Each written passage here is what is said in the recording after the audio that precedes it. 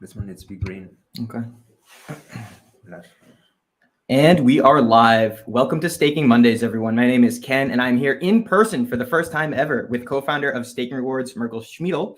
And today we have with us Henrik Gebbing of Finoa, one of the largest crypto custodians in Europe. So let's jump right into it, guys, with some lightning round questions. Please answer these as short as possible. Henrik, what was your first investment outside of BTC and Ethereum? First investment, it was one of the ICOs in 2017, I think, and it must have been EOS or so, the EOS ICO. And then fun story on that, I totally missed the mainnet switch at one point, and then I couldn't access the funds anymore. So yeah, I think that came at that time, but I don't really exactly know anymore which was the exact third investment after BTC and Ethereum. All right, that's a fun story. And like right now, what do you think is the most underrated project in the crypto sphere? That's a $1 million question almost, right? No, I'm a big fan of the NEAR protocol, and I think it's been growing and growing also in total market cap, like kind of like sneaking into the top 20 now. I still think there's quite some potential. We've been working with the team for quite a bit and helped them from day one. So big supporter. Yeah, absolutely. And we do love NEAR here as well. So which alternative custodian inspired your work today? Which custodian inspired our work? When we started, that was a project around 2018. There was very little custody support in the institutional space. So we focus on B2B customers. And in the US, there was a bit happening already. You know, Anchorage just started maybe half a year, 3/4 of a year before us, and similar tech stack. So that was definitely something where we said, okay, that's a similar direction. And Coinbase was just launching the institutional business. I think that was a bit, the US players definitely did help us innovating as well. Cool. And who in the crypto industry do you respect most? Like, who you really learned a lot of stuff from, and who inspired you a lot, like a person? It's hard to find one. I think one great mentor that I can point out is Max Ament, the former founder and CEO of Centrifuge, also Berlin-based. Now, actually, lately, parachain of Polkadot as well. And Max is fantastic, and not only in crypto but also in company building. Has a lot of experience from Silicon Valley. So great guy. Yeah, awesome perspective. Usually we hear Vitalik as the main answer there, so it's good to hear some different names there. And what activity do you do to relax from the crypto markets? Well, I guess that's a good one. I guess I think running is the best thing that I can do to really switch off. Just podcast, non-crypto podcast, and then go for a run. I think that's the best activity I can think of in the early mornings. All right, and then talking about staking, how much of your personal portfolio is staked? Can you estimate some percentage? I would say it should be around 70%. That is staked. So, well, I definitely any proof of stake protocol that I invest in, I make sure that I have it staked. Big believer, also long-term hodler for most of those protocols, and looking at the yield rather than only the asset appreciation. So that should be around the number. I don't have it exactly calculated, but I should do that. That's a good question, actually. That's cool. Yeah, makes sense. That's a solid number. Definitely on par with our beliefs as well. Staking and investing for the long term, getting the most out of your investments. And guys, stay tuned for today's episode. Today we talk about crypto custody, real-world assets on the blockchain, regulatory landscape in the EU and the US, where you have a lot of experience with Finoa. We talk about the 5-year outlook for crypto. Your thoughts there. We talk about competitors and interoperability in general. And if you have any questions, just drop them in the chat here. Very excited if you have any questions for Henrik, who has a lot of experience. So let's get started with the long form questions, Henrik, like the TradFi, like crypto, like custody-based crypto, and the CryptoFi, like self-custody crypto, are kind of wired a little bit allergic to one another. Like, since a big part of crypto is in self-custody, and there's the spirit of not your keys, not your money. What do you think has the crypto economy to gain from the introduction of custodied crypto? Yeah, that's a very good question. I mean, in general, I started myself keeping assets on, let's say, self-custody, and I mean, there is obviously still for a lot of users to access different opportunities in Web3.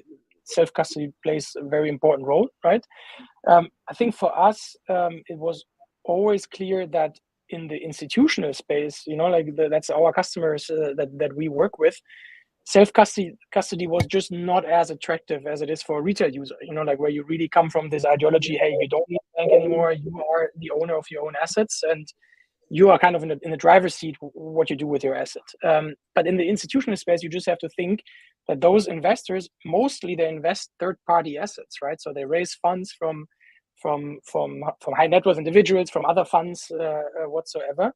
And then they invest on their behalf. And in that moment, they really don't want to be in charge of, let's say, safeguarding the private key as well, because that's just not it's not their core business. That's the first thing. So security is not their strong point. It's investment and it's yield opportunities. And then obviously when those investors ask and reach out and kind of want to know, so how do you protect the assets? And then they come back and say, well, yeah, I have them on a ledger stick or so, or I keep them in MetaMask on my browser, and it's multi-million or hundreds of millions of dollars. That's just not a sufficient answer, right? And that kind of from the early days was our approach to go for the institutional customer group, because back in the day when we interviewed them in 2018, they were literally operating with self-custody, be it paper wallet, be it ledger sticks or whatever hardware devices were out there. And you could just see and hear how they were seeking it's institutional grade custody to kind of, let's say, outsource that safeguarding the security of the asset and really focus only on the portfolio, on the investment, on the yield on behalf of their investors. And I think that is really where custody played a very important role for the institutionalization of the crypto market as well. And to be frank, we also, I mean, with growing portfolios, and also you see that with retail investors, so the individuals as well, with growing portfolios, also the need for different security layers come to play, right? Not everyone feels then comfortable anymore to, if he has a substantial amount of wealth in crypto, he or she might not be super happy to keep that in self-custody. So then there is, again, they see a value in going to someone that is specialized in taking care of that and has the infrastructure to do so. So we do also get a lot of inbound from high net worth individuals, ultra high net worth individuals who just say, okay, I keep my, let's say, the assets that I want to play around with and want to have, let's say, maybe myself, I keep them in self-custody, but then the rest of it, I rather move to a custodian who is doing that for billions of dollars of assets. And I just know, they know what they're doing.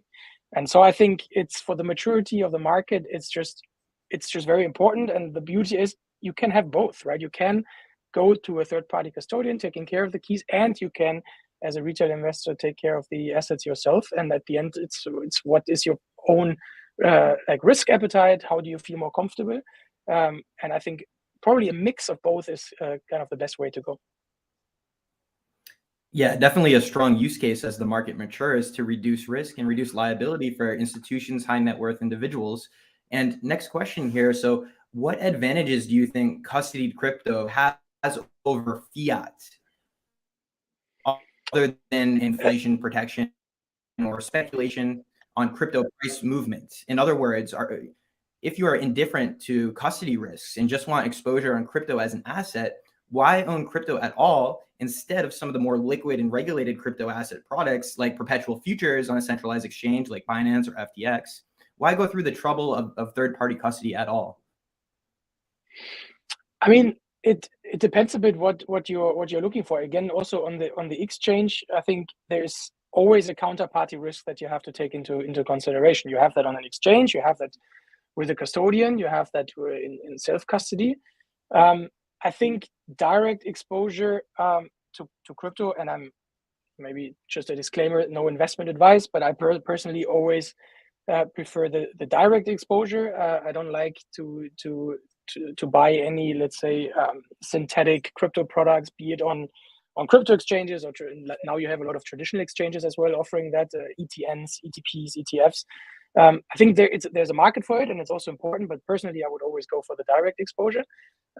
And then, for example, if you invest into a proof of stake protocol and you have the direct exposure, and you can even choose yourself with which validator to work with and how much kind of you can optimize your reward structure even, I think that's just a huge benefit and gives you a lot of accessibility and freedom, how to work out your assets and how to grow your assets in crypto. And that for me is one of the reasons why I would do that through a direct exposure. And then I think that's the first question that you have to answer yourself. Do you want to go direct or not direct? And then when you go direct, it's again the question, do you want to do that with a custodian? Do you want to do that in self-custody, right? So I think that's how I would think about it. That makes sense. And so to my understanding, like one of the big advantages for custody, like custody crypto, is that it allows to bridge to the real world in a sense. Like you can deposit like custody crypto and get like a real world loan. It's like fiat money.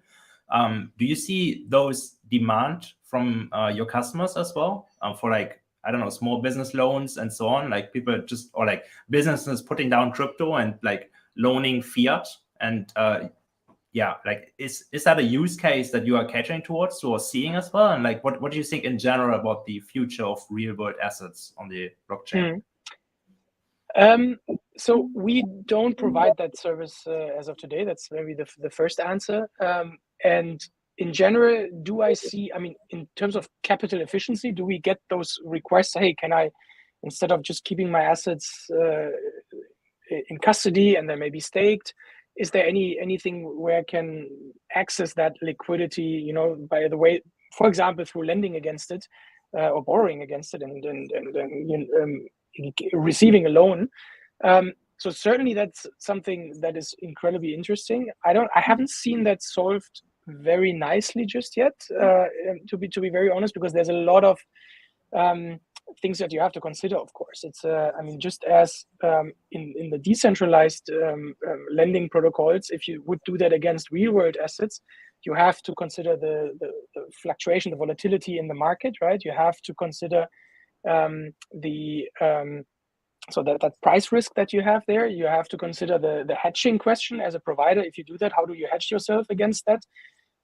So I think that is 100% something that we're gonna see. I do personally find it much more interesting to see that fully on chain, right? In a decentralized protocol, stablecoin based. I think that's much more efficient than going kind of bridging this traditional to crypto, because that's again, whenever you have this media break, there's an inefficiency because you know with all the overhead that creates.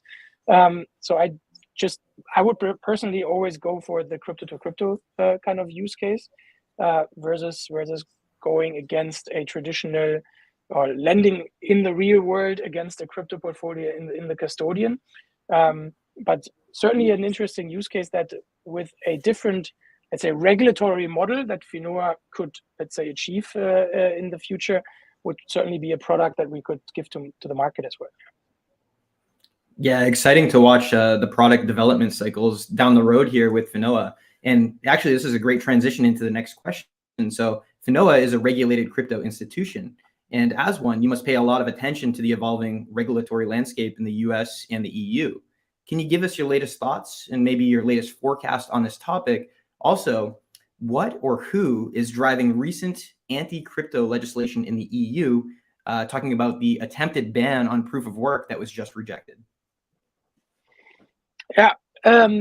So, I mean, obviously, what we are observing is the landscape of different, say, regulatory jurisdictions that we find across the globe. I mean, we are based out of Germany. We are regulated here in Germany under the German Banking Act with the crypto custody business that we provide as a legal entity. So that's obviously the closest market that we are watching, because the regulator here is the one that is having the supervision for our business model. With that being in the European Union, we are very much interested in the MiCA proposal, so at the end the European market for crypto assets, which then would provide, hopefully, as it looks, a level playing field. So with a European license and with a European regulation, you then can go into the other European states and provide the services without, let's say, going for 27 different licenses in each country. And so that's very close to what we're looking at, and also how we decide, okay, where do we want to, for example, add a bit of a new license to our business model to kind of be able to provide more services for our customers, which, for example, as of today, we wouldn't be allowed to do. So that being said, there is definitely a sooner or later for us where we want to bring this vision, because as of today, you consider us a crypto custodian. If we come back together in this chat here in 2-3 years, I would think that you would not see us as a custodian anymore. Custody will always be our foundation, our core model, but it's much more a platform to access Web3, right? Because the business models that we build on top of custody, those are the is the focus for us right now. Because we mentioned staking already as a service that we provide to our customers, but I mentioned lending, I mentioned trading. All that is something that we are currently building on top of the pure custody business. The US regulation, I mean, obviously very, very interesting also because the pure impact it has on the global markets, because everything that is being decided in the US does move the needle also in the crypto market, right? So you just see that whenever there's a bit more positive legislation coming, you see a push, and in the other way, you see that as well. We currently don't have any, let's say, plans to actually set foot in the US and set up a team, set up our company there, just because, let's say, going there with a license model and regulatory model over there is just, for us as a company where it stands today, just not the right moment just yet. We rather want to, let's say, focus on the European market, grow out our business model here, continue to be among, or if not the top crypto player here in the European landscape for B2B customers, and then let's see what comes after that. And then maybe on the last question on like who do we see in the European landscape a bit, let's say, threatening the success of Web3. I mean, you mentioned the proof of work ban, the proposed proof of work ban. That was obviously a very dangerous proposal that just somehow sneaked into this draft and was discussed and was luckily kind of pushed back in the parliament. And also, I think because of quite some outrage in the industry that was heard, because that would have just been incredibly unhealthy for the European ecosystem to just throw that out and not really think about the consequences of such. I think what we see now still being quite a threat to the ecosystem is how the European Union is planning to implement what is the so-called travel rule. So it's the overseeing of transactions between crypto asset services providers like we are, and the self-hosted wallets, so anything that is in self-custody, MetaMask, LedgerSticks, etc. The big question there is, like, is there still a chance to kind of rediscuss how the current proposal looks like? It's very strict. It's even stricter than this travel rule, which is coming from a global anti-money laundering body, has been proposed, and the European Union, for some reason, thinks it must be implemented even on a stricter and more granular manner, which even to my point of view discriminates crypto versus cash transactions. And then the real question is, where does that come from? Like, why would you regulate crypto in a way which is much more fierce and even to a disadvantage for crypto versus cash? Especially looking just at the pure numbers, cash is still if it's coming from a pure anti-money laundering standpoint, then we should really dive into cash, because that's where tax evasion takes place, money laundering takes place, where terrorism financing takes place. So that's where I see that the European Union somehow tries to put under the umbrella of let's say reducing the money laundering possibility in the crypto space, trying to impose new rules that could be very, very harmful to us as an industry here, and just also at the end be less competitive than maybe the US market, the Asian markets, or even just as the UK, which is just next door, and that I see as something very risky to the industry. And so we try as Finoa, but also the entire Web3 community, we try our best to kind of push back on the proposal, give also a clear idea to the members of the parliament and also to the local lawmakers here in Germany what potential crypto and blockchain as a technology has, and how anti-money laundering procedures can be put in place at a level of transparency which is unseen in the traditional financial system.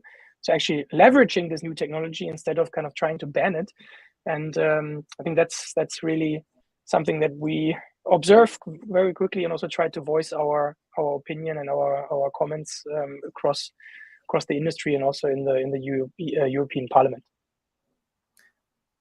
Can you maybe just summarize this proposal in like 1 or 2 sentences? It's basically like you are not allowed, you wouldn't be allowed to do any transactions above, like, is it 1,000 euros or something without doing KYC in crypto?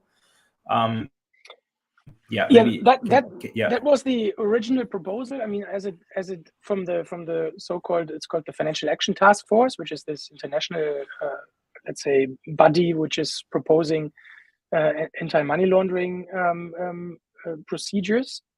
What the European Union is now discussing is even more strict. It's literally saying, it's not forbidding, but it's basically saying whenever a transaction takes place from a crypto asset services provider, any exchange, custodian, whatsoever, to a self-hosted wallet, again, could be hardware devices, it can be MetaMask, it can be a paper wallet or whatsoever, we as the service provider will have to identify and verify who's the user behind that self-hosted wallet. So we would have to ask for a full set of KYC data. We would have to store that in a database. We would then have to even in certain cases submit that to the authorities to store it there again, and that even below $1,000 US. So basically for every transaction that is taking place between a crypto asset service provider and a self-hosted wallet. And that again is a discrimination against cash, because in cash we have a threshold below $1,000 dollars or euros in the European Union. And for crypto, they are kind of proposing to not have that at all. And that for me is just it's outrageous, because in a sense it kind of discriminates crypto versus cash. In a second, it is discriminating privacy in the European Union, because for what reason do we have to? Crypto gives an incredible opportunity to keep assets yourself, independent from a, let's say, financial or banking system. It's something that has never existed before, and here we have for the first time a technology that makes that possible for you as a user to keep the assets yourself. And the third piece is basically, what are we like? How is the industry supposed to solve this if we are even about to verify this self-hosted wallet? Like, how can we really, if the user then says, well, this wallet is mine, and I'm already user of your platform, and this external self-hosted wallet is mine, what are our means to verify that is true? Because obviously a hardware stick you can just pass to your neighbor, and then it's not your hardware stick anymore, right? And it's just putting so much overhead on the industry, and so much at the end also risk of data exploits, because obviously all that data and that verification of data that takes place, it has to be stored somewhere. If we have to send it to the authorities, the authorities have to store it somewhere. It's just a matter of time that honeypot of data is going to be exploited. And then we have another massive, let's say, data breach risk in the industry, which just cannot really be to benefit for anyone. On top of that, if data in the traditional financial system gets leaked, it may be some, let's say, address information whatsoever. But just think about it: if that happens in the crypto space, like it's in that database, there is the data about you and where you are registered, where's your home, where your family lives. On top of that, you will have the public address to one of your, for example, self-hosted wallet. You go online, you go into any browser and just look up the value on that specific public address, and you basically, next to the address, you even have the wealth of that individual at hand, which you can't do with an IBAN in the traditional financial system. So you have a substantial risk of physical threats as well, right? Because if that happens, then someone literally knows, okay, in that address in Berlin, there's someone that holds a substantial amount of assets on a self-hosted wallet, a hardware wallet or whatsoever, and well, maybe I just get even some criminal activities kind of incentivized with that. So for me, that's just a proposal that in the way it stands right now can't go through.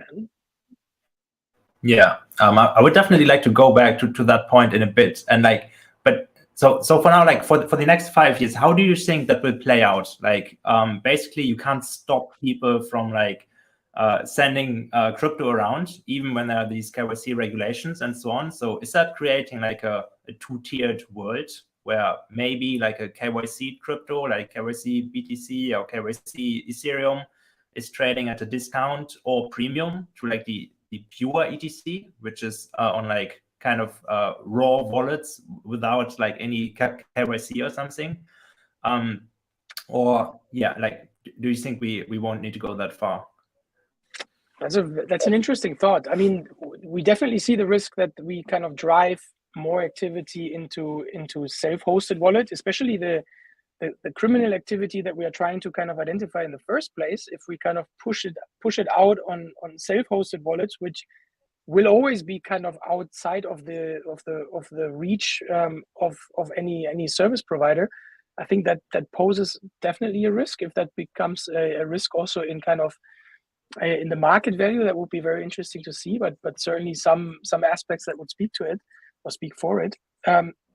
I still hope that we find a healthy balance, because I mean, in general, I mean, any anti-money laundering procedures and to reduce the chance of terrorism financing, I mean, all those, the idea behind it, obviously we support that as a service provider as well, right? I mean, it's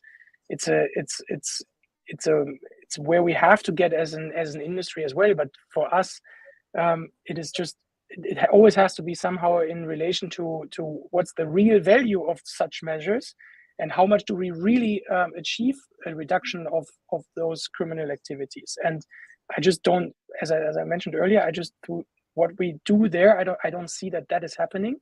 At the same time, I really don't see that that cannot be also dealt with the possibilities that we have in a transparent, permissionless open ledger, which we can run software tools on. And there's a fantastic tooling already in the market that kind of tracks any illicit activity to the very back of the transaction history. That's unseen potential in terms of anti-money laundering processes, which in the traditional financial system just don't exist.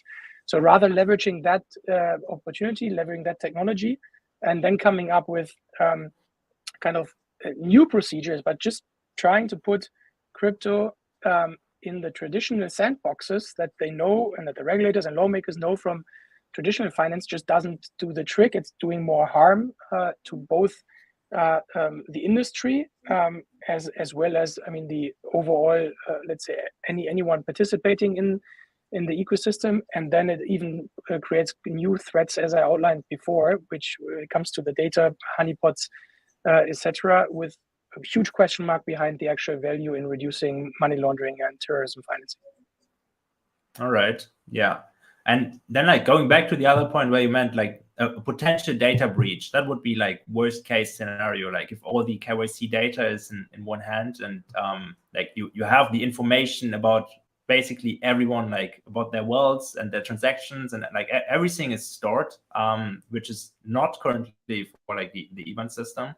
Do you think zero knowledge proofs could be a solution for that, or like drive innovation on that side, where like you could basically verify that you are the customer XY, and then saying that without necessarily coming like into the real possession of the actual data with zero knowledge proofs? And like, do you think that's a possibility, or do you think regulators would likely insist on like doing it the old way to maximize legal liability?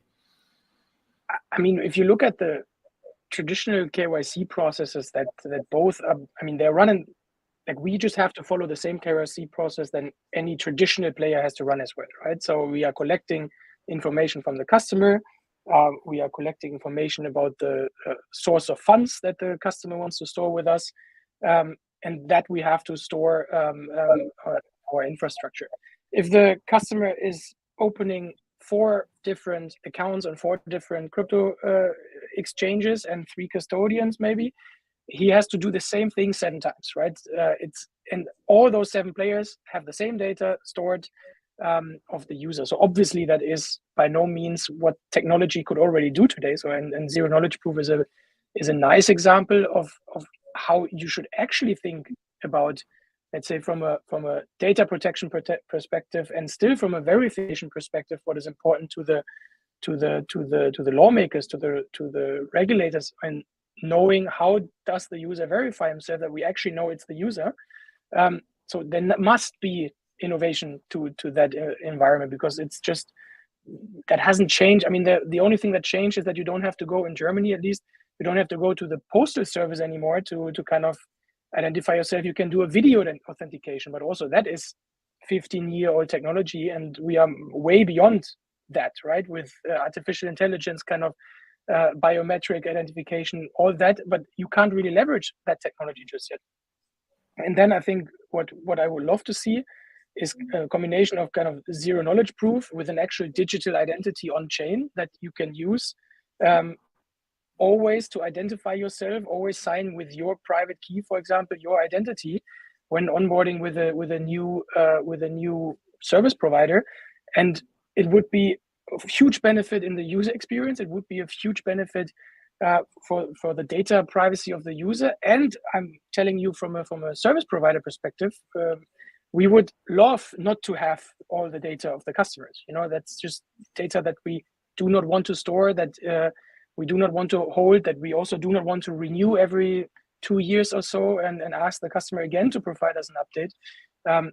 That is just, it's a win-win for all sides if we were able to replace that with a sort of combination of digital on-chain identity and zero knowledge proof. And I think the technology is there. It's more a question now, are we able as an industry to prove that is immutable, that is bulletproof, that is even efficient across the board, and then go into the conversations with the lawmakers to make sure that they will accept that as well as common procedure.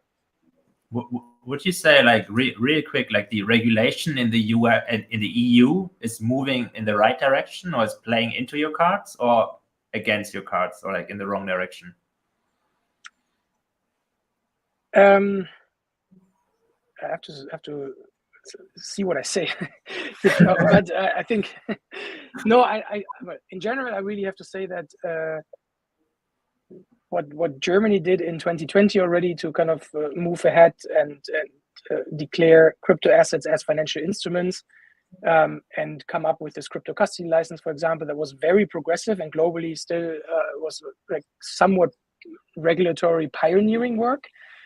And I think it was the right move, because that gave, especially in this institutional context that we are playing in, it gave a lot of certainty to those investors. Okay, and now I know from a regulatory perspective what kind of financial instrument is a crypto asset. I know that the players I want to work with, they need to be regulated and they need to have a license.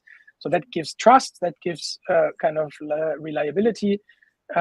and that gave a lot of new access to the market for those institutional investors that value or sometimes even have to work with regulated partners. So that's the first part to the answer. I think what we are a bit losing right now is this, that we have a massive chance because we have a fantastic crypto and Web3 ecosystem in the European Union, be it in Berlin, be it in Paris, be it now in Portugal, I think where you guys are at the moment.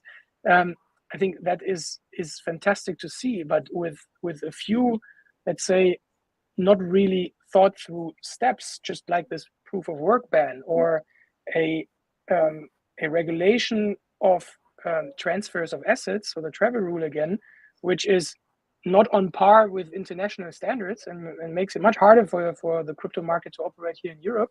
We could kind of destroy a lot of the possibility and opportunity that we have here ahead of us as an industry. And I get almost tired of saying it, but I mean, Europe has completely lost the Web2 sort of economy. I mean, there's no really interesting, substantial internet player in Europe that is on par with the Googles, the Facebooks, and you name it from the US. And I just fear that with Web3, we are doing the same thing again, just through bureaucracy and kind of, say, regulation for the sake of regulation, but not regulating in a way that kind of leverage the potential of a new technology. And that would be just devastating if we, again, it's kind of the next, somehow I would almost call it an industrial revolution, what we see with Web3. If we not, let's say, play a significant role in the global ecosystem and kind of again lose against the US or maybe even China, I think that will be really devastating for us as an industry, for our generation and the next generations to come. So there, I'm a bit more skeptical what happened ever since, that we kind of fall into the same trap again, that is just going to create an uncompetitive kind of playing field for us here in the European Union against the rest of the world. And that would be definitely unfortunate. Yeah, these are some absolutely amazing insights that you're giving here on regulation and the evolving risks that could come with this regulation. What stuck with me out of this conversation was the potential honeypot of data that has the potential of being collected when transactions leave providers as yourself into self-hosted wallets. If this ever was uncovered, the threat of physical harm to the people and the addresses that are displayed on this data is real. And that's something that's already happening today without the honeypot of data existing. Now, imagine if it did. So great insights there. And we all appreciate, the work you're doing, communicating with regulators about these risks. And moving on to the topic of your competition, what is one thing do you think Finoa does much better than all of your competition? Also, which one of your direct competitors do you admire the most? And what's the key reason why? I think what do we do great? I think one thing that we definitely from early on we're good at is integrating with new and upcoming protocols, that went to market. Just to name a few, I mean, we were the first and only custodian for a global custodian, basically for the launch of the Flow protocol. We were the same for the NEAR protocol, same for MENA. All of I think fantastic example of proof of stake protocols that gained more and more visibility ever since they launched. And I think one other thing that we from early on also did is like we worked with the world-class staking providers as well to offer directly out of custody. So we call it in custody staking. So to give the access to stake with large providers like be it Blockdaemon, be it Figment, be it Chorus One here out of Europe, that we from early on work with to give a range of different also options to delegate with. And that combination of being early into the market with those protocols, directly providing custody and staking support with world-class partners, I think that was is one of our core strengths. And maybe on the second part in terms of competition, I mean, it's always difficult because the crypto market is still shaping, right? Like, I mean, it's still also the service landscape, the value chain. It's not fully set in place. So there's a lot of moving targets. So it's always difficult to define really who is, let's say, core competitor, who is, because you have to think a bit about a product differentiation. You have to think about a bit of a license differentiation as well, because there is third-party custodians that are regulated, and there are third-party custodians that are not regulated, and targeting different customers as well. And then you even have this geographic differentiation as well, right? That you still see, for example, a lot of customers of ours, you know, they do have some assets under for example, in the US, but then they also very much value to have the opportunity to store some assets under the European regime, just to also, in terms of geographic diversification, kind of split the risk a bit. So that's maybe a long answer to that, but I mean, strong. I mentioned some of the early competitors that we've been growing alongside with is, for example, Anchorage from the US, with a similar go-to-market, I think, in terms of what they are providing. So we are just continuing our path here out of Europe, and are kind of proud that we are able to serve a global customer base out of Europe as a strong, let's say, counterparty to the rest of the world as well. And that's what we are continuing to build. Thanks, Henrik. Yeah, I think you do a great job there, especially like supporting all the early proof stake networks that we obviously have integrated on stake modes as well. So you've been pretty early there, and innovative and progressive, and working with these staking providers to see what's coming next. I do think like that's really a great long-term investment for the industry and for everyone getting involved as well. So I believe, like, you also wrote about like interoperability before. Like, what do you think is the lowest hanging fruit for the crypto industry in terms of like collectively improving interoperability? And maybe more broadly, like, what do you think about like TradFi to DeFi interoperability, which would involve like a KYC? And yeah, I mean, there are obviously many different opinions in the industry. Yeah, what's your thoughts on that?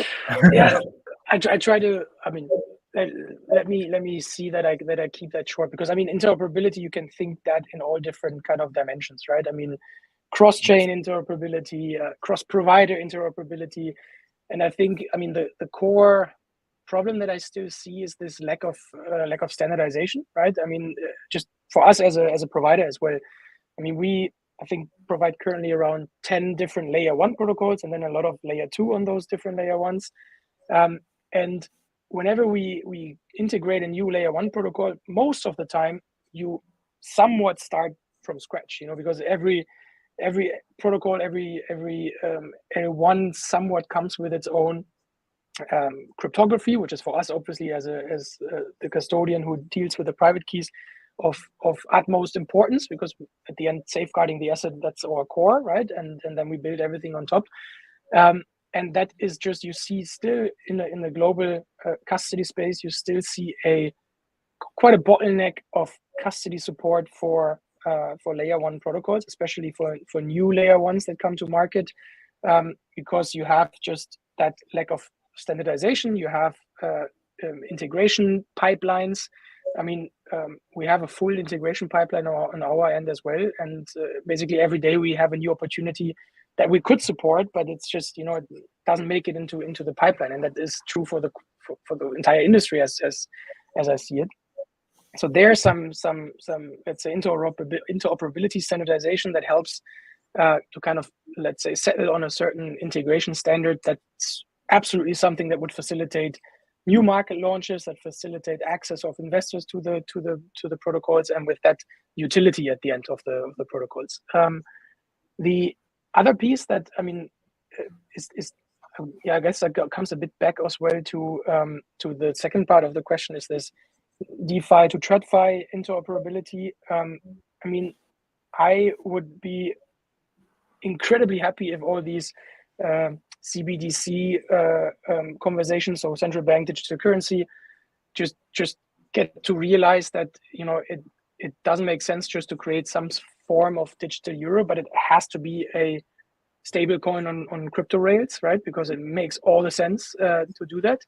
Because just think about the potential that would bring to the market if everyone would kind of have in its normal, let's say, TradFi bank account would have the euro that you have there as a crypto euro, right, as a stable coin, and you could just transfer that to any crypto player, even self-hosted wallets, hopefully without leaving too much data traces, and then you could directly participate in the ecosystem without going through another fiat bridge, kind of converting your cash into crypto, paying for that service, paying for that intermediary, having that media break on the way there, which still keeps, I think, also a lot of users from the market because it's often cumbersome to understand, and it's complex, it's different.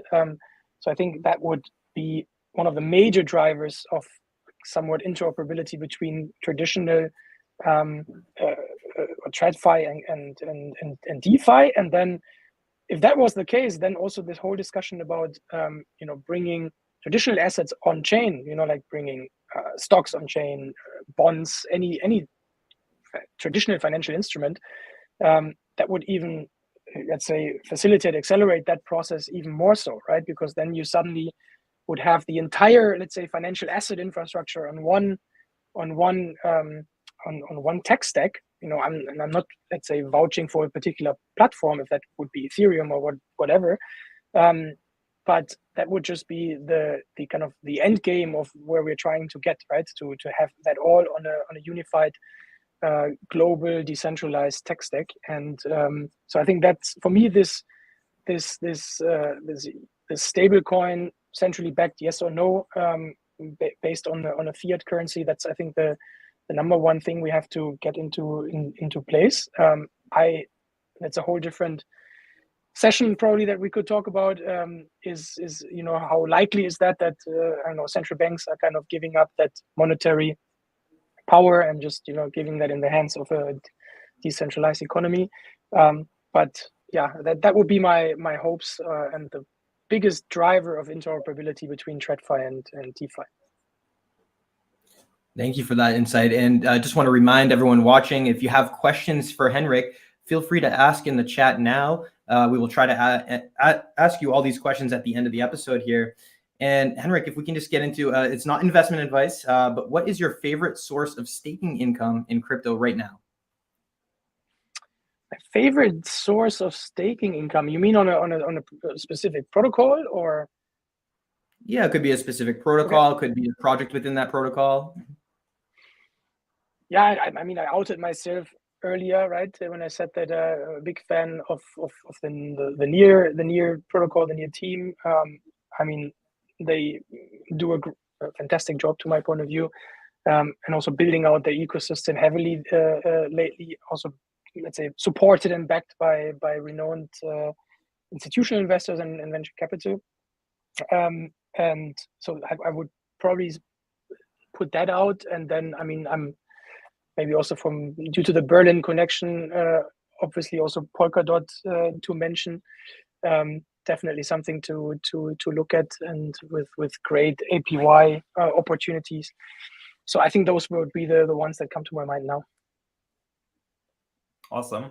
And with your insights and all the customers that you have, do you think the general legal and tax uncertainty, particularly in EU and Germany, is discouraging a lot of high net worth individuals from using staking much more aggressively as a form of just wealth compounding?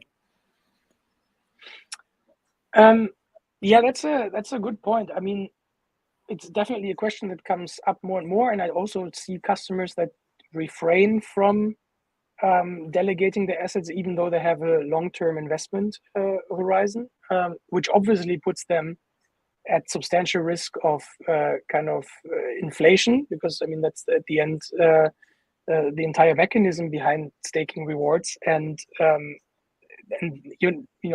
we also, as a company, and we don't provide investment advice, but obviously we do inform our users about the mechanics, the economics about a certain protocol that we support.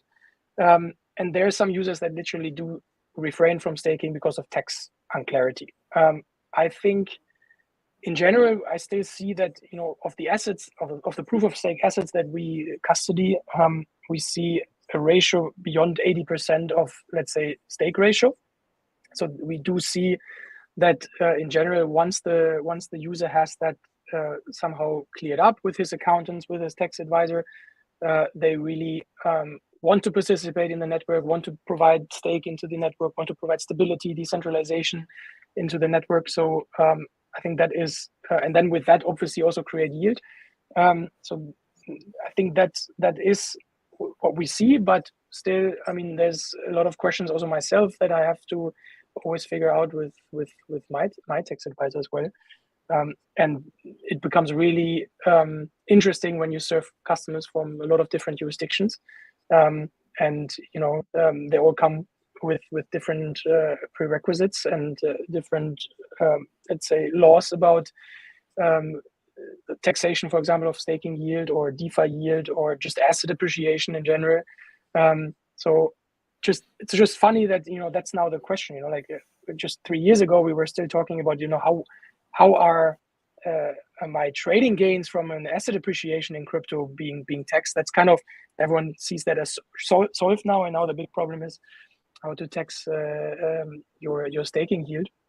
So I think that's also showing how the market is evolving, and I'm sure if we were to speak again in 3 years, that is also not a question anymore. It's just every tax advisor has kind of dealt with it. The laws are in place, and everyone knows what to do. And I think that's the answer to the question, I hope.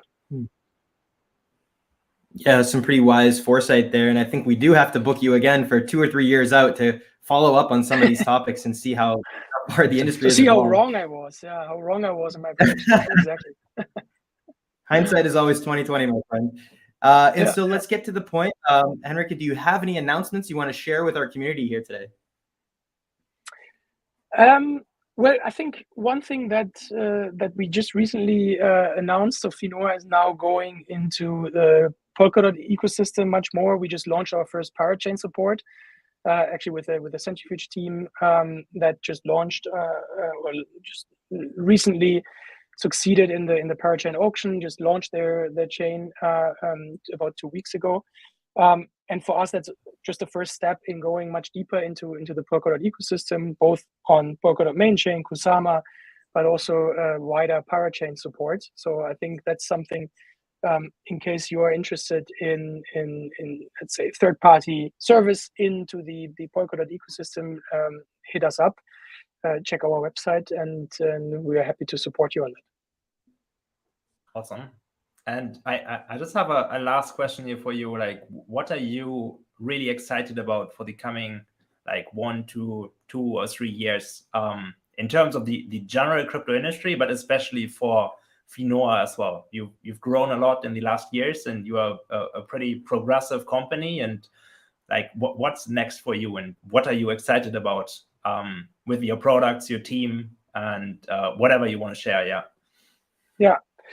Well, it's a lot of things. I mean, obviously, as I said earlier, what I'm excited about is to build Finoa from a crypto custody player into a, let's say, crypto platform, right, with a multi-product kind of setup, which always serves with a core layer of custody, but then brings at the end yield opportunities to the user. And I always call that kind of curated access to Web3.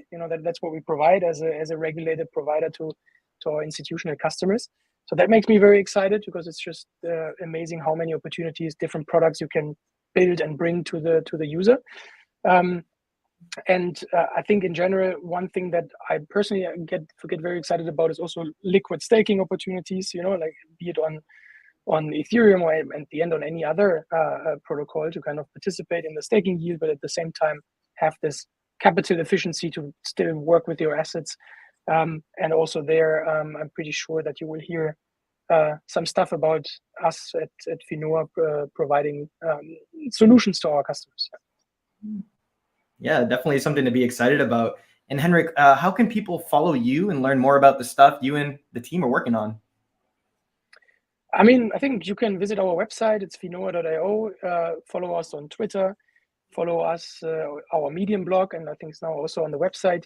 So I think those are the best ways to stay in touch with us. Well, thank you so much for coming on today's episode of Staking Mondays. And for everyone watching, please feel free to check out previous episodes on YouTube and Spotify. Be sure to subscribe to our channel, hit that notification button, like this video, and share it around if you haven't already. Thanks again, Henrik. Happy staking as always from Mirko and I. Take care. Thanks, Henrik. Thanks for having me. Thanks for